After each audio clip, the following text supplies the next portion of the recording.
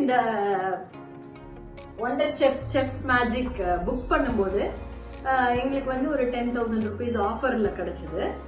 And இதுல என்னன்னா இது வந்து ஒரு ரோபோ மாதிரி எல்லாமே டைம்டா இருக்கு அதுல. ஸோ அதுவே எல்லாம் பண்ணிக்கிறது. அது ரொம்ப எக்ஸைட்டிங்கா இருந்தது. என்னன்னா இப்ப எங்க பசங்கள்லாம் வேலை பார்த்துட்டு தனியா இருக்காங்க. ஸோ அவங்களுக்கு குக் பண்ணும்போது அதுவே எல்லா ஸ்டெப்ஸையும் கொடுத்துடுறது. அண்ட் அவங்க பெருசா சிந்திச்சு அந்த குக் பண்ணறதுக்கு, ஏன்னா ஒர்க் பண்ணிட்டே பண்ணும்போது ஒர்க் ஃப்ரம் ஹோமும் நிறைய இருக்கு. ஸோ அது என்ன சொல்றதோ அதை அவங்க ஃபாலோ பண்ணா ஒரு ரெசிபி ரெடி ஆயிடும்னா அது அவங்களுக்கு ரொம்ப கன்வீனியன்ட்டா இருக்கும்.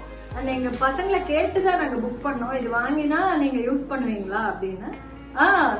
நிறைய ரெசிபிஸ் இருக்கு, we can try. And international ரெசிபிஸ்லாம் இருக்கு, கேக்ஸ், மூஸ் அண்ட் நிறைய பார்த்தேன், நிறைய ரெசிபிஸ் இருக்கு, பாஸ்தா எல்லாமே இருக்கு. ஸோ அவங்க இப்ப நான் வந்து இன்னைக்கு பொங்கல் ட்ரை பண்ணேன், நல்லா வந்தது.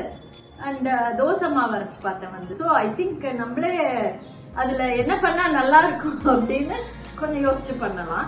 நல்ல மெஷின், நிறைய யூஸ் ஆகும் தோணுது. இட்லி கூட வைக்கலாம்னு இப்ப அவர் சொன்னாரு, ஜாவேத் சொன்னாரு. ஸ்டீல் ஜாருக்கு மேல இதை வச்சு இது உள்ள இட்லி தட்டை வச்சு இப்படி மூடிட்டாக்க இட்லி ஸ்டீம் ஆயிடுங்க. ஸோ ஐ திங்க் எல்லாமே கவர் ஆகுது. அண்ட் நிறைய சாமான குறைக்கிறது. So that is one most important thing.